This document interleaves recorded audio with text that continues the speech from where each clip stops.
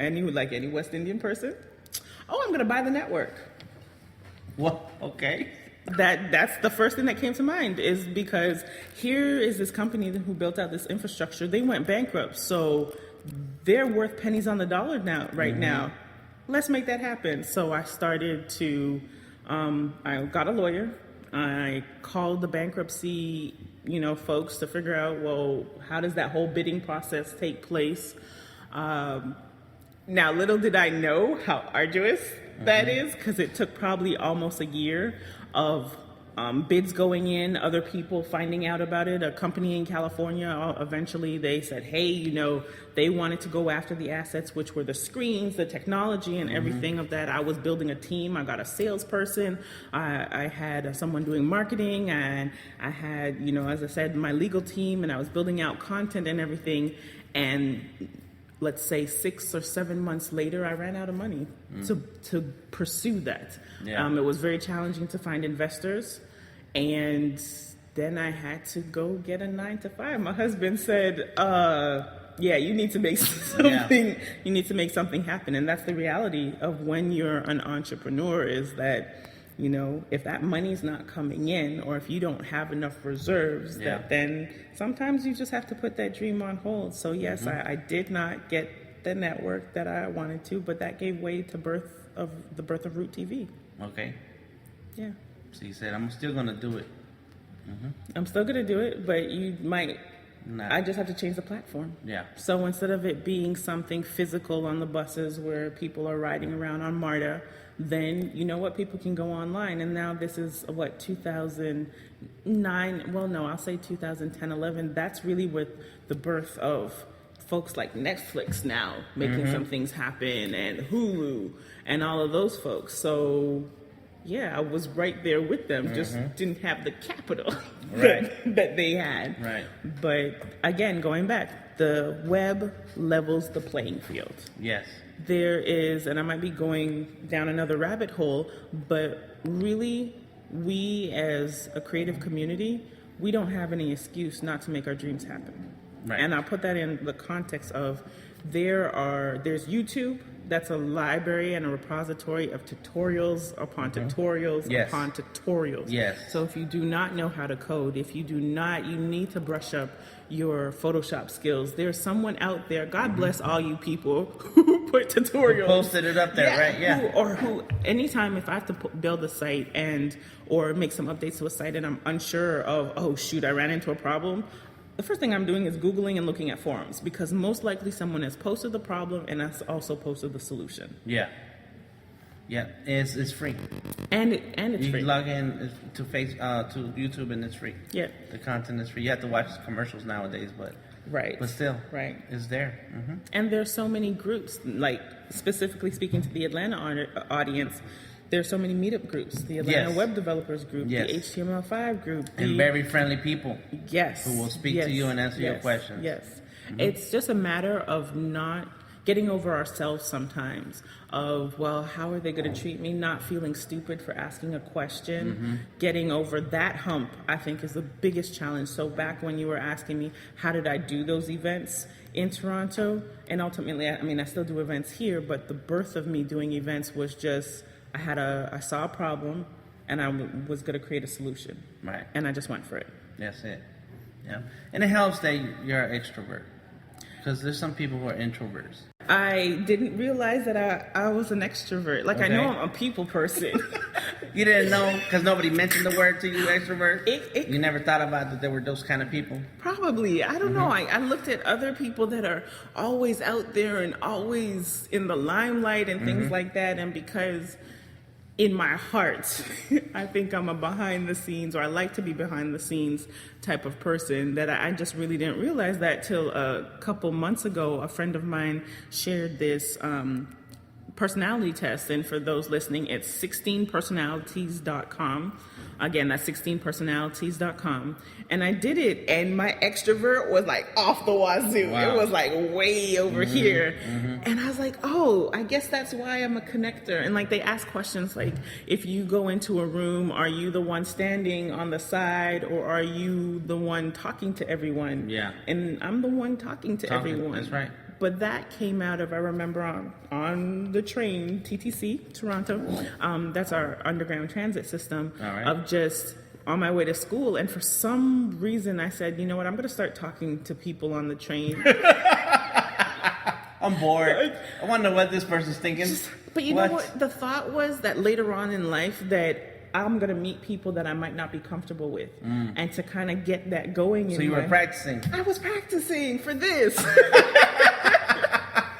I'm going to get my jitters out the way, and I ain't going to see this person ever again anyway. Exactly. What does it matter? So I just started talking to like random people on the train, and truth be told, if I look at the way my life has gone in the past 10 to 15 years, most of my good relationships have come out of meeting strangers. Right, of course. You know, and even to this day, my husband, it gets on his nerves, but I'm in the grocery store and I just start talking to the cashier and then they start telling me about what they want to do, and I'm giving them, oh, you need to talk to this person and you need to do this, while my husband's trying to get out the door. Yeah, so we can go out of here. Yeah. But so I really recommend anyone taking that test, but that's actually brought a little bit more focus to myself and some of my strengths.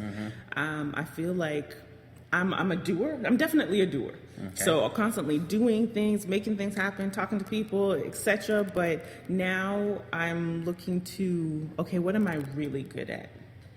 And how do I not only become an expert in whatever that area is, but to really strengthen that? I'm getting older now.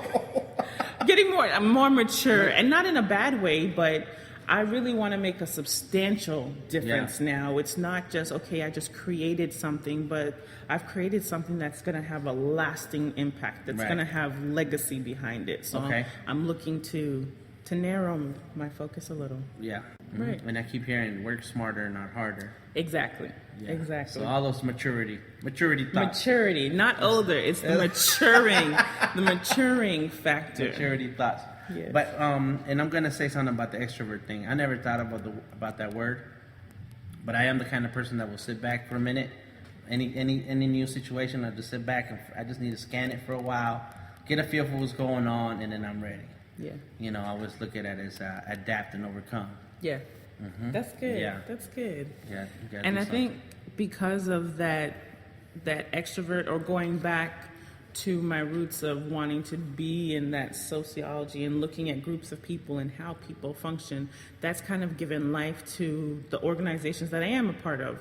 That's why the Women iOS group, that just launched. Yes. And that's focusing, helping women who want to be iOS developers, helping them have mentors, having other people they can share ideas with in a very safe environment. Yeah. And then, they've got the ATL Webfest, which speaks to people who are web series creators, and nurturing that community. And that's coming up again. Yes, it is. October 24th to October 26th. Like how I did that plug right there. Nice and smooth. So yeah, the ATL Webfest. And then also just overall, I have a big heart for mentorship. I think mentorship is important, and it could be because it took so long for me to find mentors, or for people who saw something in me that wanted to develop it. Because I think sometimes folks, I just want someone to tell me what to do. That's not what a mentor is. Right. A mentor is someone who's walking beside you, who's going to share the good, the bad, and the ugly with you, and help to grow that and groom that and nurture. We don't hear words like apprentice anymore. Right. That was used more so in the industrial age. But yeah, apprenticeship. Right. Those all go hand in hand, and that's why I said talking about legacy, like duplicating myself. That's why I call my daughter my mini-me. Okay. That I'm speaking into her and we read, and she's already playing with my phone, and, getting her ready for life. Yeah. That's what a mentor does. They help you. Could you imagine if I had a mentor while I was trying to buy that network? Yeah, of course. Someone that I could turn to and say, this is what the lawyer is saying, or how should I approach this? Right. That would have been a very different scenario. Right. So maybe that extrovert in me wants to help people avoid those pitfalls. Yeah, and that's how I feel about a lot of things today with our careers. And as an artist, If there was someone who could have helped guide me 20 years ago when I first came to Atlanta, Yeah. then I would have been in a different place. Yeah. You know, you still get to have fun, but then you make smarter decisions about your career. Right. Yeah. But that's what you're doing also if you look at Artist King. Yeah. You know, when I've known you for maybe like 2 years now. It could possibly be a little bit more. But when you first did the Black Book Conversations at Hippopotamus. Yeah. And that was, hey, I'm going to find a space where I can bring experts together with people who are looking to, you know, evolve in their art, but also realizing that their art is a business. Like, Yes. this is how I eat. Yes. And just pulling all of that together, that technically you're just bringing a bunch of mentors together for the students. Yes. That's it. Yep. Yep. And I think another part I see is that sometimes we are afraid to go look for these mentors. And don't realize that the person next to you would offer you some advice or help or somebody to talk to if you just asked. Yes. Just open. What is it? Is the saying, a quiet mouth doesn't get fed? Is that Something like that. Something We'd have to along, look it up, right? Double check, but yeah, Yeah, something along The those lines. squeaky Like, wheel gets the yeah, the oil. Sure. Yeah, something. No. Okay. Yeah, there. What Dan? Something like that, Dan yeah. said. But yeah, and I think again that goes back to just asking, like, when you go to a conference or when you attend these networking events, yes, you're there for the speaker, but you have no idea who you could be sitting beside. And that, Yes. oh my goodness, I'm about to share a pet peeve. So flash alert to everyone. That's one of my pet peeves, is when people don't talk. There's someone right beside you that you don't even say hi to or whatnot, because you never know who that person is. And I'm often like, I see people buy step folks, and I'm like, you have no idea that is the CEO of blah, blah, blah. Yeah. Because most people who are about something don't have the bells and whistles and banners all around them. Yeah. They're very humble people, and they're watching. Yes. They're observant. And that's what I almost find is, like, when I go into a room, I look for that person. I look for that person who's the quiet one. Am I sharing my secrets? I go to that and, just, hey, how are you? And just start talking to them, and then you'll be surprised. And I think that's, even as a journalist, how I was able to get interviews or get more get extra footage on something, is because while everybody's trying to stuff their mic in front of the celeb, I'm looking for their manager. Because the manager vets what that person does. So after all this is over, all the screaming or the yelling or the interview or whatever, now can I get an exclusive? Right. I work for so-and-so and make it happen. So that working smarter, not harder. That's right. There you go. Yes. Okay, we're going to round up your list of activities, of focuses, Okay. and tell everyone what you're working on and what's coming up with each one of these things. And I know you still done Root TV. You did some of that last year. I don't know if I've seen anything this year. We haven't done anything new, in part because last year, unbeknownst to many people, I was pregnant. And I just had my baby earlier this year. So allowing time to be a mom and to let my whole being kind of recenter. So thankfully, I've got pulling together a team. So Root TV projects will be coming up. So I can share a little bit more about that when I come back. Okay.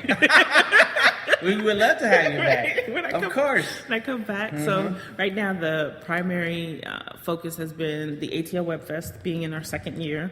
And again, ATL Web Fest is about the content creators who produce shows for the web. So your Orange is the New Black, your Awkward Black Girls, your Video High School, and why am I forgetting House of Cards? Like, that is House of Cards. So those kinds of folks, because that's, its own creative community as well. And they come together for the weekend. Not only are we doing workshops and seminars, but we're also having an award show. And this year we're also working on a hackathon. So we're kind of excited about that. Okay. So that write, produce, and publish a show in the weekend. But then because we're in